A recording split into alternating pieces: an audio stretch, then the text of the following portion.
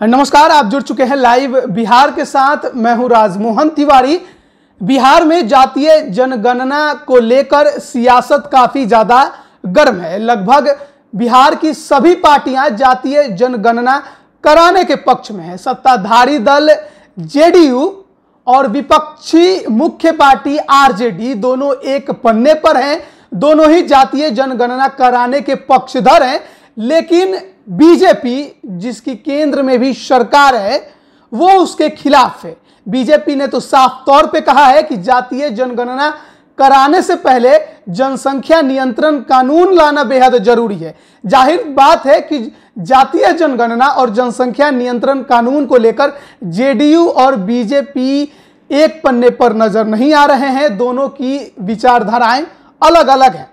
लेकिन इसी संबंध में बिहार के मुख्यमंत्री नीतीश कुमार ने 2 अगस्त को प्रधानमंत्री नरेंद्र मोदी को एक चिट्ठी लिखी थी, जिसमें यह मांग की थी कि बिहार का एक सर्वदलीय दल उनसे मुलाकात करना चाहता है जातीय जनगणना कराने के संबंध में।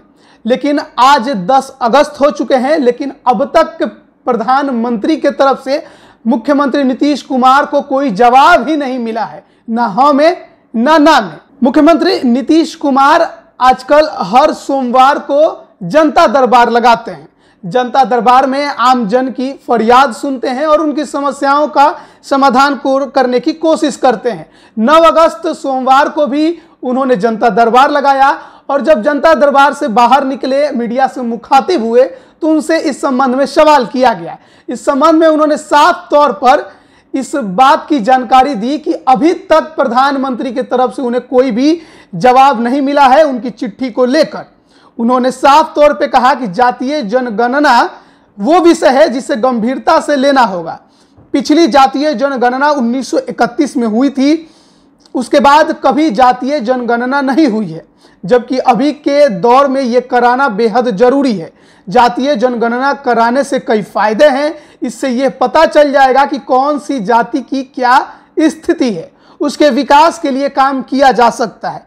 अभी भी समाज में कई ऐसे तबके हैं जो विकास से दूर हैं, यह जातीय जनगणना में पता चल जाएगा।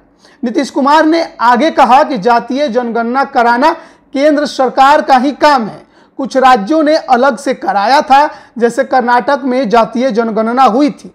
अलग से बिहार में जातीय जनगणना कराने के लिए आपस में बैठकर चर्चा की जाएगी कि इसे कराना है कि नहीं। अभी तो फिलहाल यह उम्मीद जताई जा रही है कि केंद्र सरकार इसे कराए। उन्होंने कहा कि यह राजनीतिक मुद्दा नहीं है, सामाजिक मुद्दा है। इसमें कोई राजनीति नहीं होनी चाहिए। समाज के हित में यह जरूरी है कि जातीय जनगणना हो। हम लोग लगातार इस मुद्दे को उठा रहे हैं। बड़ा ही गंभीर समस्या बीजेपी के सामने भी खड़ी हो गई है और नीतीश कुमार के सामने भी। डबल इंजन की सरकार है बिहार में, यानी कि बिहार में भी एनडीए की सरकार, केंद्र में भी एनडीए की सरकार, केंद्र में जेडीयू के मंत्री भी हैं। लेकिन इसके बावजूद केंद्र सरकार मुख्यमंत्री नीतीश कुमार को समय नहीं दे रहे हैं मिलने को लेकर। जातीय जनगणना कराने के पक्षधर एक तरफ सीएम नीतीश कुमार हैं, वहीं दूसरी तरफ बीजेपी साफ तौर पर इसके खिलाफ नजर आ रही है। ऐसे में क्या मुख्यमंत्री नीतीश कुमार, जो कि सर्वदलीय एक दल लेकर जाना चाहते हैं प्रधानमंत्री के पास में और मुलाकात कर जातीय जनगणना कराने के पक्ष में अपनी बात रखना चाहते हैं, तो क्या इसके लिए प्रधानमंत्री नरेंद्र मोदी उनको समय देंगे?